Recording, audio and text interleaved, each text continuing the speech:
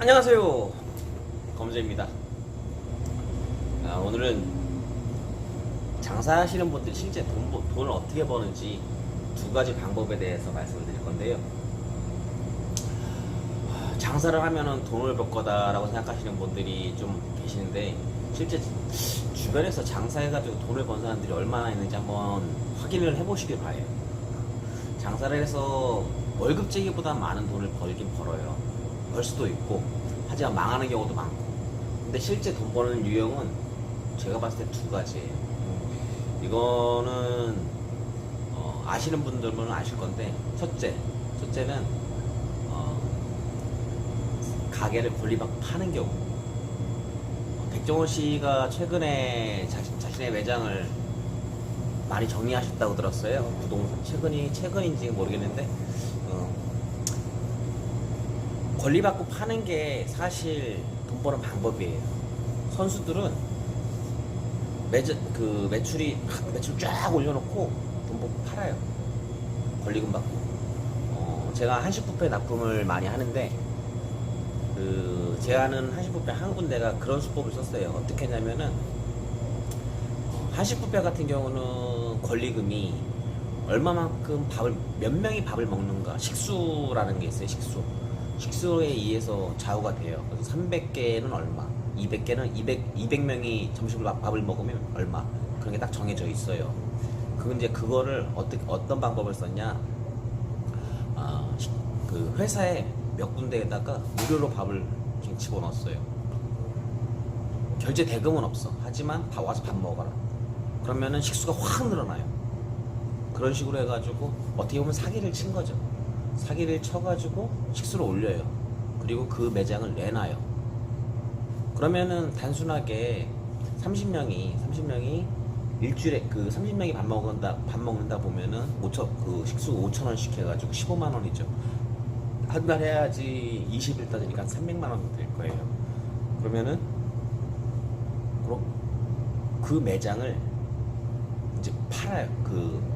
팔려고 부동산에 내놓고, 부동산에서 와서 보면은 사람이 많잖아요. 그럼 자기가 원하는 권리를 받고 파는 거예요. 첫 번째는 권리를 받고 판다. 이거는 사기가 되는데, 어떻게 보면 사기죠, 사기. 근데 실제 이렇게 장사하는 사람이 많아요. 그래서 장사를 시작하시는 분은 그것이 실매출인가 아닌가를 꼭 확인을 해야 돼요. 그 확인하는 방법도 굉장히 어려워요, 사실. 그래서 금융감독위원회의 카드 금액을 확인하는 분들도 계셔요.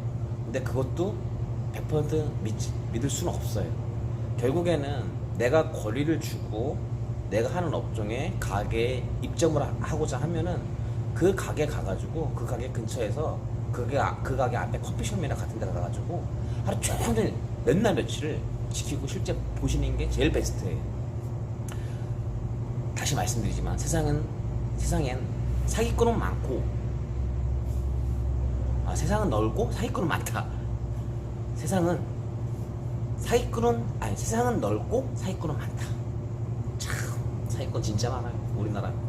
그리고 두 번째, 장사를 해가지고 실제 돈을 버시는 분들은 어떤 케이스냐면은, 자기 가게에서 장사하시는 분들이 돈을 벌어요. 처음 시작은 남이 가게에서 장사를 시작하더라도 어느 정도 돈을 모으고 나서는 자기 가게를 산 사람, 그 사람들이 돈을 모아요. 제가 며칠 전에 가게 자리를 하나 보러 가서 이제 계산을 해봤어요. 계산을 해봤는데, 보통 신도시 상가 같은 경우는 한 4천에 250에서 300선을 해요. 13평, 10평 왔다 갔다 하는 것들이 이제 신규 상가들 같은 경우. 근데 그런 상가들이 실제 내가 구매하려고 하면 4억에서 5억 이상을 줘야 돼요. 근데 한 1억 정도 1억에서 2억 정도 집어넣으면은 은행 대출로만 땡겼을 때 한 140 정도의 이자가 나가요. 이 부분 한번 계산해 보시면 될 거예요. 4% 정도 계산하시면 돼요. 4% 정도. 은행이랑 이제 합의 잘 봐서 4% 계산하시면 되는데, 그러면은 250에서 벌써 110만 원이 세이브 되잖아요. 110만 원? 그거 8년이면 내가 낸 그 가게 살 때 준 돈 있죠. 그게 세이브 되는 거예요. 8년에서 10년이면 세이브가 돼요. 근데 장사 해보신 분들은 아시겠지만 1년, 2년, 3년, 4년 진짜 빨리 가요. 장사하시는 분들은 뭐 1년이 그 순식간에 가버려요. 저도 엊그제 장사 시작한 건데 벌써 장사 6년 차인데요. 6년차, 7년차가 될까 그러는데 진짜 빨라요. 그렇기 때문에 되도록이면은 돈을 버는 대로 내 가게를 마련하는 게 좋다. 그리고 제일 베스트는 내 가게에서 장사하는 게 제일 베스트다. 내 가게에서 장사하게 되면은 우선은 가게세 안 낼 테니까 마음이 편해요. 그래서 손님한테 더 줄 수도 있고. 중국에 유명한 식당이 하나 있잖아요.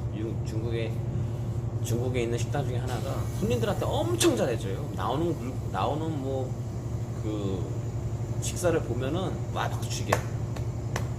근데 결론이 하나였어요.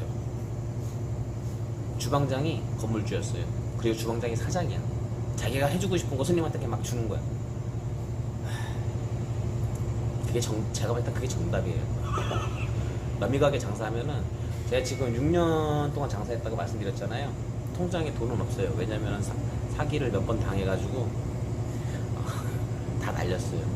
빚만 있어, 빚만. 근데 보면은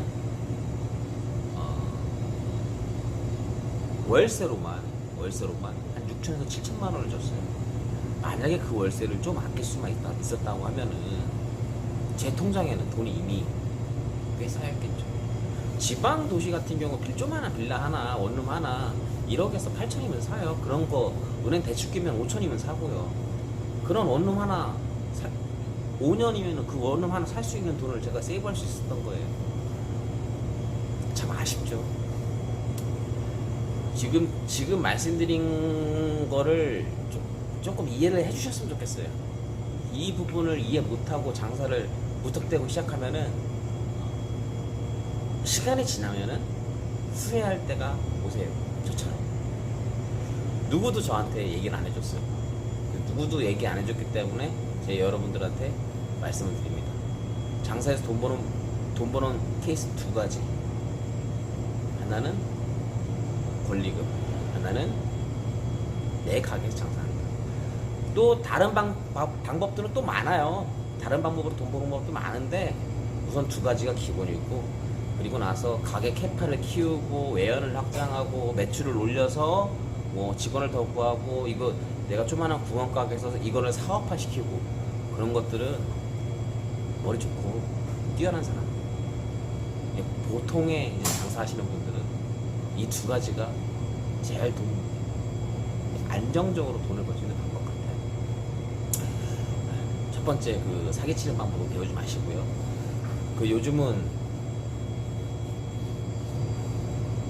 시작하시는 분들 똑똑하셔가지고 잘 안 당하셔요. 근데 당하는 케이스들이 조금 있더라고요. 저희 아는 형님도, 제가 자주 만나는 형님도 그런 케이스 좀 당했고 뭐 실제 권리 한 1,000만원이나 1,000만원도 안 줘도 되는 가게 한 3,000만원에서 4,000만원 정도 죽서 말씀을 안 하세요. 자기가 얼마 줬다는지. 제가 대충 눈치 봐서는 한 3,4천 준 것 같아. 그리고 나서 땅을 치면 후회했죠. 자기가 실제 장사해 보면서. 아무튼 장사를 처음 시작하시는 분들은 그런 부분까지 염두에 두시고 장사를 시작하시면 좋겠습니다. 이상입니다.